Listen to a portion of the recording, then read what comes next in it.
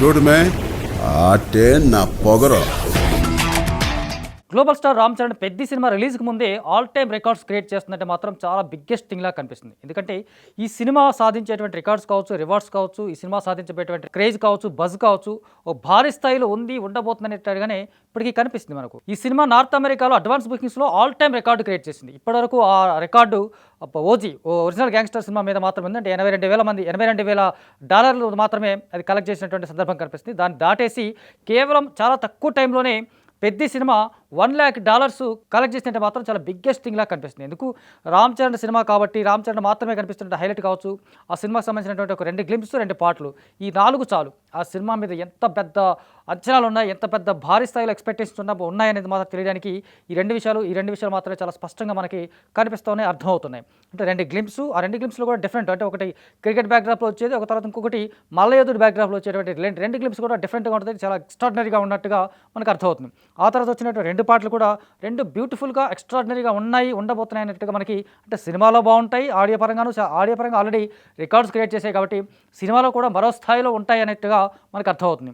ఆ కారణంగా అంటే ఆ సినిమా మ్యాక్సిమం జూన్ 4న విడుదల కాబోతుంది, అలాగే జూన్ 3నే ప్రివ్యూస్ స్టార్ట్ అయిపోతున్నాయి. ఆ కారణంగా నార్త్ అమెరికాలో ఆల్రెడీ అడ్వాన్స్ సేల్స్ వల్ల బిగ్గెస్ట్ రికార్డు మాత్రం ఆల్రెడీ క్రియేట్ చేసింది కాబట్టి ఇండియన్ సినిమా అంటే పర్టికులర్ తెలుగు సినిమాలకు సంబంధించి కనుక ఆల్ టైమ్ రికార్డు క్రియేట్ చేసినటువంటి సందర్భం మాత్రం పెద్ద సినిమా కనిపిస్తుంది. ఇవి కాకపోతే ఆ పెద్ద సినిమాకి సంబంధించి ఆర్ట్ డైరెక్టర్ అవినాష్ కొల్లా చెప్పినటువంటి మాటలు మాత్రం ఈ సినిమా మీద అంచనాలు ఇంకొక స్థాయిలో పెంచబోతున్నాయి, ఇంకొక స్థాయిలో ఉండబోతున్నాయి మాత్రం మనకు క్లియర్గా తెలుస్తుంది. ఆ సినిమా కథ విన్న తర్వాత అతను ఆల్మోస్ట్ 20 నిమిషాల పాటు కన్నీళ్ళు పెట్టుకున్నాడంట, చాలా ఎమోషనల్ అయ్యాడంట, 20 నిమిషాల పైగా చాలా ఎమోషనల్గా ఫీల్ అయ్యాడంట. అంటే ఆ కథ విన్న తర్వాతనే అతను ఎమోషనల్గా ఫీల్ అయ్యాడంటే మాత్రం ఆ సినిమాలో ఎలా ఉంటుంది, ఇంకా సినిమా ఏ స్థాయిలో ఉండబోతుందంటే మాత్రం అంచనాలకి ఊహలకు కూడా అందకుండా ఉండబోతుందని మాత్రం చాలా క్లియర్గా తెలుస్తుంది మనకు.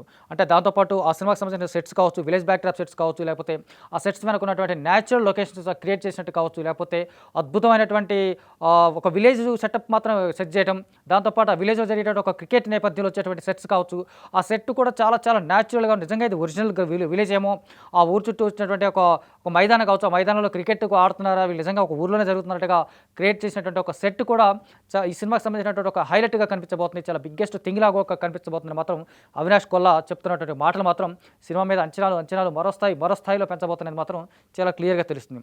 దాంతోపాటు ఏఆర్ రెహమాన్ మ్యూజిక్ ఆల్రెడీ ప్రూవ్డ్గా కనిపిస్తుంది.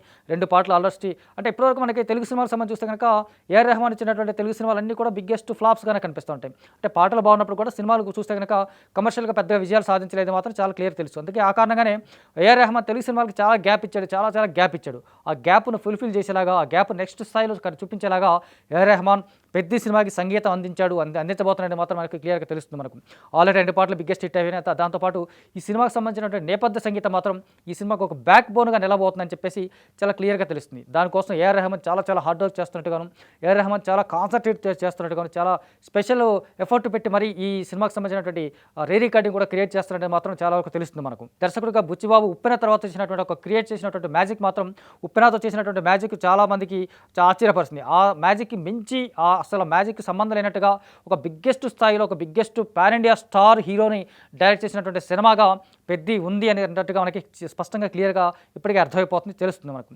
సో మొత్తంగా ఈ సినిమాకి సంబంధించి రోజుకు వస్తున్నటువంటి వార్తలు కావచ్చు, రోజు కనిపిస్తున్నటువంటి అప్డేట్స్ కావచ్చు, ఇవి అంటే ప్రమోషన్స్ పరంగా కాస్త డల్గా ఉన్నారు, ప్రమోషన్స్ పరంగా కాస్త వెనకబడ్డట్టుగా కనిపించినప్పటికీ కూడా ఆ సినిమా మీద ఉన్నటువంటి బజ్ కావచ్చు, హైప్ కావచ్చు, ఎట్టి పరిస్థితుల్లోనూ ఎక్కడ కూడా తగ్గడం లేదు, తగ్గే ఛాన్స్ లేదన్నట్టుగానే కనిపిస్తుంది. ఆ స్థాయిలోనే ఆల్రెడీ వచ్చినటువంటి 2 గ్లింప్స్ కావచ్చు, 2 పాటలు కానీ ఆ స్థాయిలో వాటిని క్రియేట్ చేసినాయి. ఇక ఓవరాల్గా చూస్తే కనుక సినిమా జూన్ 4న విడుదల కాబోతుంది కాబట్టి ఆల్రెడీ ఈ మే 31న ఐపీఎల్ ముగిసిపోతుంది కాబట్టి ఐపీఎల్ తర్వాత వచ్చినటువంటి ఒక భారీ హైప్ కావచ్చు, భారీ అంచనాల మధ్య సినిమా రిలీజ్ కాబోతుంది. ఐపీఎల్ లేదు కాబట్టి ఇక సినిమా మీద మొత్తం ఆడియన్స్ మొత్తం ఫోకస్ సినిమా మీదనే ఉంటుంది. అటు జనరల్ ఆడియన్స్ కావచ్చు, ఫ్యాన్స్ కావచ్చు, రెగ్యులర్ సినిమా గోయర్స్ కావచ్చు, వీళ్ళందరూ కూడా చాలా ఫుల్ ఫ్లెడ్జ్డ్ కాన్సన్ట్రేషన్ మొత్తం పెద్ద సినిమా మీద ఉండబోతుంది. అది భారీ స్థాయిలో ఉండబోతుంది, అది పాన్ ఇండియా స్థాయిలోనే చాలా పెద్ద రికార్డ్స్ కూడా క్రియేట్ చేయబోతుంది సినిమాగా మనకు అర్థమవుతుంది, చాలా క్లియర్గా తెలుస్తుంది. మరి ఈ సినిమా ఎన్ని రికార్డ్స్ క్రియేట్ చేయబోతుంది, ఎన్ని రివార్డ్స్ క్రియేట్ చేయబోతుంది, ఎన్ని సంచలనాలు క్రియేట్ చేస్తుందనేది మాత్రం వేచి చూడాల్సిందే.